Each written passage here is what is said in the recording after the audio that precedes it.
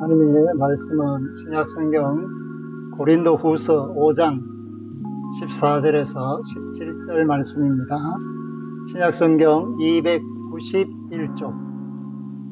그리스도의 사랑이 우리를 강권하시는 도다.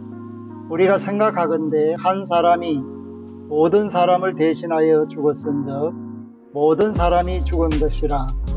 그가 모든 사람을 대신하여 죽으심은 살아있는 자들로 하여금 다시는 그들 자신을 위하여 살지 않고 오직 그들을 대신하여 죽었다가 다시 살아나신 이를 위하여 살게 하려 함이라.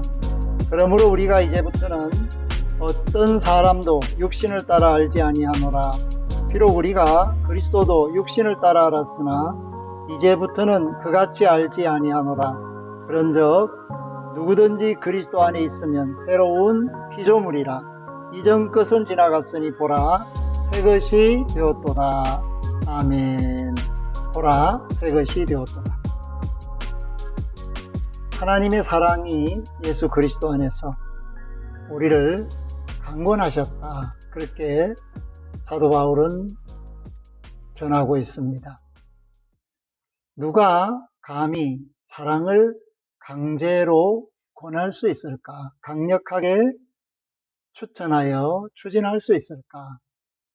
세상 가운데서 사랑하는 자녀들을 위해서 부모님들은 짝을 찾아주기를 원합니다.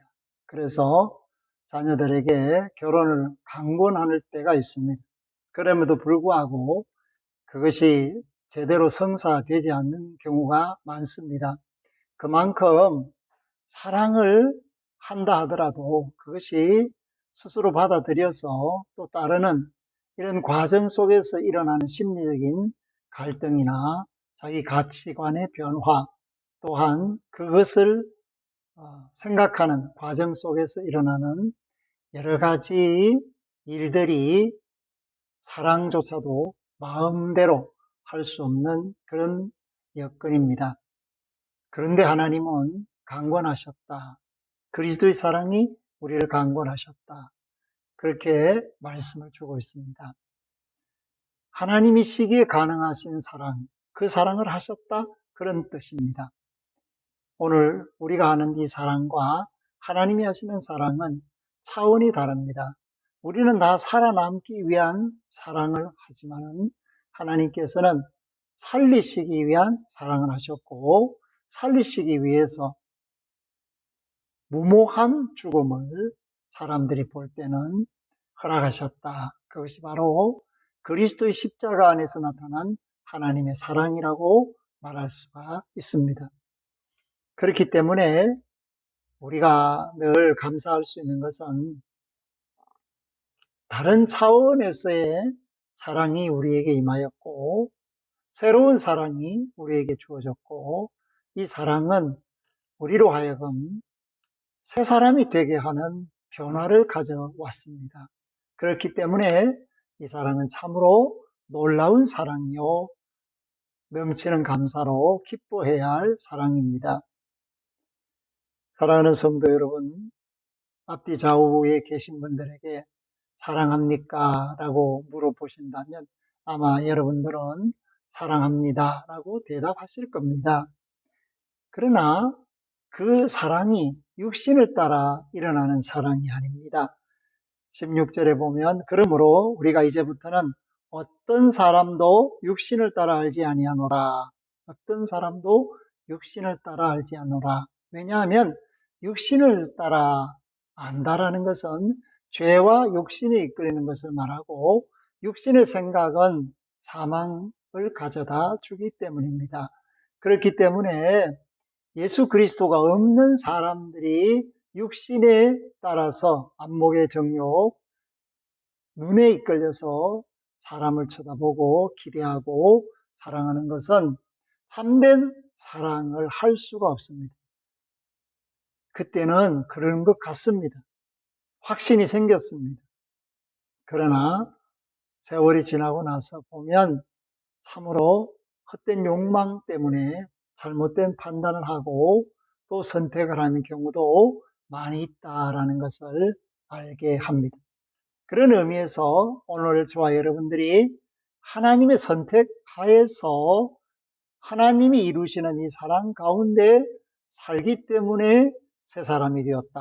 그것을 깨닫고 감사하며 기뻐하며 즐거워할 수 있어야 합니다. 오늘 말씀 속에서 그 강권하시는 사랑의 특징을 우리에게 들려주고 있습니다. 그것은 한 사람이 모든 사람을 대신하여 죽었다. 죄 없으신 분이 죄 있는 사람들을 위해 죽었다. 그러므로 아담 즉 그리스도로는 무엇을 말하는가 하면 대표를 말합니다. 전 인류의 대표로서 첫사람 아담을 이야기합니다. 그리고 그 첫사람 아담이 범죄함으로써 타락해서 하나님을 떠난 이후에 아담에 속한 모든 사람들, 아담의 후손들은 다 죄와 사망 가운데 놓여 있고 그것이 심판입니다. 그러나 나중 아담, 살리기 위한 영으로서 잉태되신 예수 그리스도, 동정녀 마리아를 통하여 임하신 예수 그리스도, 그분은 죄가 없으신 분이시기 때문에 그 죄 없으신 분이 새로운 인류의 대표가 됩니다. 그렇기 때문에 오늘 한 사람이 죄 없으신 예수 그리스도가 죄 있는 모든 사람을 대신하여 죽었다. 그것은 모든 사람이 죽은 것이다. 죄에 있는 모든 사람이 죽은 것이다. 그러나 그 하나님의 놀라운 사랑, 강권하시는 사랑은 우리에게 새로운 길을 열어놓으셨습니다. 그것이 바로 15절 말씀입니다. 그가 모든 사람을 대신하여 죽으심은 살아있는 자들로 하여금 다시는 그들 자신을 위하여 살지 않고 우리가 예수 그리스도 안에서 산다면 세상 사람들처럼 자신을 위하여 살지 않고 오직 그들을 대신하여 죽었다가 죄인을 대신하여 죽었다가 다시 살아나신 이를 위하여 부활하신 예수님을 위하여 살게 하려 함이라. 하나님의 사랑의 목적이 뭐냐?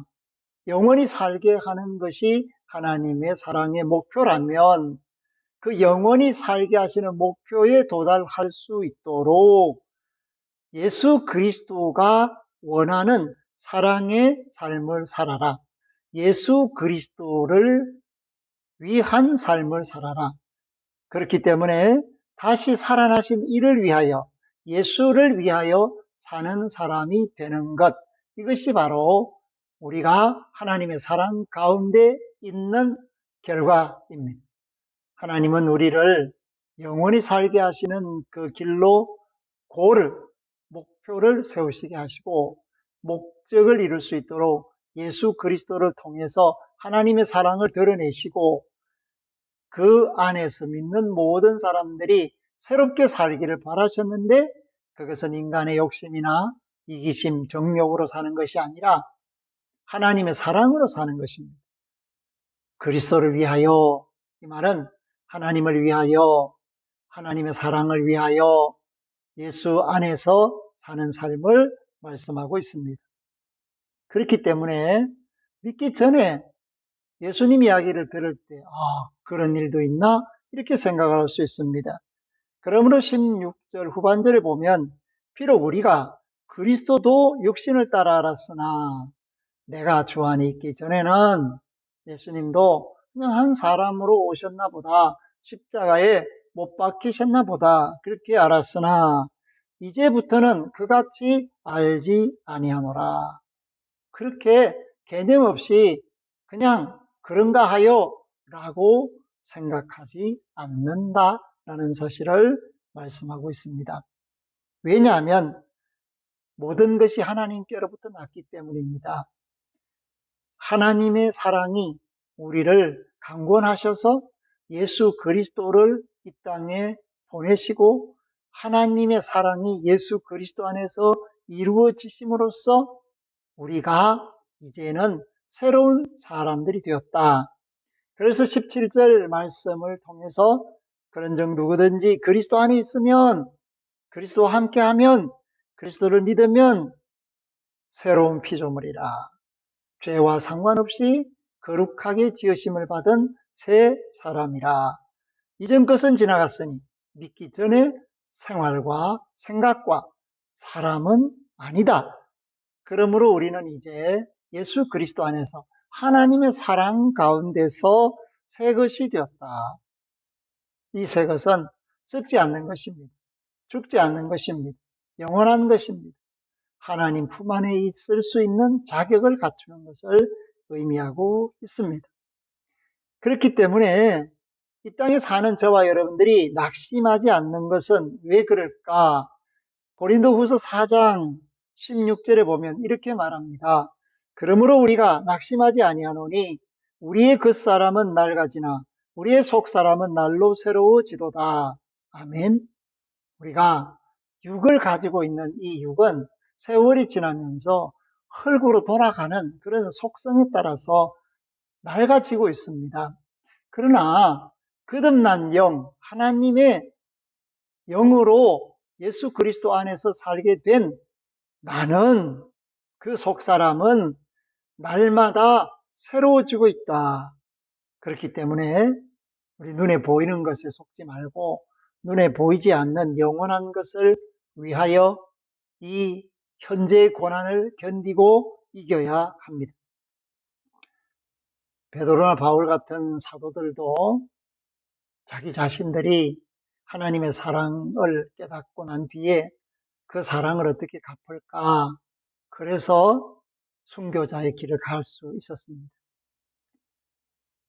네로의 박해 속에서 로마가 불타고 그 방화범으로 그리스도인들이 지목되어서 화형을 당하고 금투장의 이슬로 사라지고 사자의 밥이 되는 그때에 로마에서 도망가던 베드로가 로마로 올라오시는 예수님을 만났을 때 코바디스 도미네 주여 어디로 가시나이까?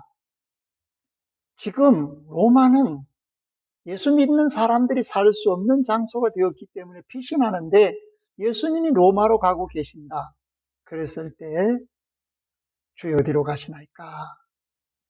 그것이 바로 예수님의 질문한 베드로의 질문이지만 예수님은 네가 버린 로마로 간다. 그래서 길을 돌이켜 방향을 바꾸어서 새 사람답게 순교자의 대열에 서게 되었습니다. 그래서 베드로가 순교 당시 나의 십자가는 바로 세우지 말고 나를 거꾸로 매달아 주어라. 예수님처럼 감히 달릴 수가 없다. 그래서 거꾸로 매달라 죽었다라는 것입니다. 바울도 로마에서 순교했습니다. 그는 참수형을 당했습니다. 그렇기 때문에 그의 머리가 잘릴 때 그 머리가 퉁겨져 나간 곳에 샘물이 터져 나왔다. 그래서 지금도 세계의 샘물이 흐르는 그런 기념적인 교회가 자리 잡고 있습니다. 천국 열쇠와 말씀의 검을 가진 사람이 되는 것은 하나님의 사랑에 감동되어서 자신들의 뜻대로 사는 것이 아니라 예수의 사람으로 살고 예수의 사람으로 죽었기 때문에 얻은 영광이라고 할 수가 있습니다. 오늘 우리는 코로나19라는 그런 감염병 가운데 살고 있지만은 우리 자신을 위하여 사는 사람이라기보다는 하나님의 영광을 위하여 사는 사람으로서의 중심을 잡아야 합니다. 그렇기 때문에 어떤 경우에도 흔들리지 말고 하나님의 사랑을 입은 자답게 사랑을 나누고 사랑을 베풀고 사랑을 위하여 헌신할 수 있는 저와 여러분들이 될 때 비로소 예수 그리스도의 사랑이 열매로 맺어지게 되어서 성령의 역사 가운데서 많은 사람들에게 유익을 주고 위로를 주고 삶의 목표를 잃고 있는 사람들에게 소망을 주는 그 일을 감당할 수 있게 됩니다. 오늘 저와 여러분들이 비록 순교자의 길을 가는 것은 아니지만 순교자 정신을 가지고 세상을 이겨나가기를 하나님의 사랑으로 강권합니다. 하나님의 영광이 온누리에 가득하기를 소망하며 세임 주시는 하나님께 감사하고 주 안에 있기를 바랍니다. 아멘. 하나님 감사합니다. 오늘 우리에게 주시는 말씀을 통해서 하나님의 강권하시는 사랑을 깨달아 알게 하시고 우리가 영생을 목표로 또 예수 그리스도를 위하여 사는 것을 목적으로 새 사람이 되었습니다. 새 것이 되었습니다. 거룩하게 되었습니다. 썩지 않게 되었습니다. 영원히 살 수 있게 되었습니다. 이러한 믿음으로 감염병 시대를 살고 이겨나가게 하시며 사랑에 줄인 자들에게, 목마른 자들에게 그 한량없는 하나님의 사랑을 공급할 수 있는 축복의 통로들이 되게 하여 주옵소서. 감사를 드리옵고 순교자의 정신을 우리에게 주시고 순교자의 길을 허락하신 예수 그리스도 이름으로 기도 올리옵나이다. 아멘. 이제는 부활이요 생명이신 우리 주 예수 그리스도의 은혜와 놀라운 사랑으로 강권하시는 하나님 우리 아버지의 사랑하심과 그 큰 사랑을 깨달아 새로운 사람으로 세상을 살 수 있도록 도우시고 이끄시는 성령님의 교통하심이 오늘 머리 숙여 예배하는 이들과 이전을 출입하는 권속들과 흩어져 생활하는 모든 이들 머리 위에와 구원받아 마땅한 이들 위에 이제로부터 영원토록 항상 함께 하시기를 축원하옵나이다. 아멘.